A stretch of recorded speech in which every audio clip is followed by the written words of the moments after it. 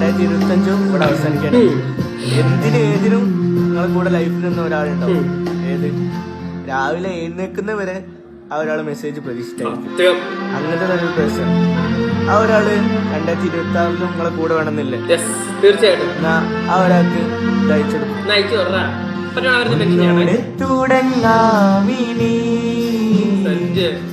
പിന്നെത്തിപ്പിടിക്കാമിനി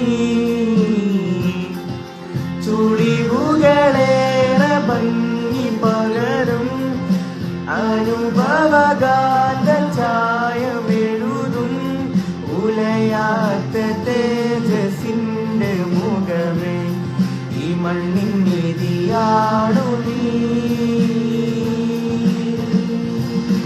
അവരൊക്കെ അയച്ചെടുക്കും.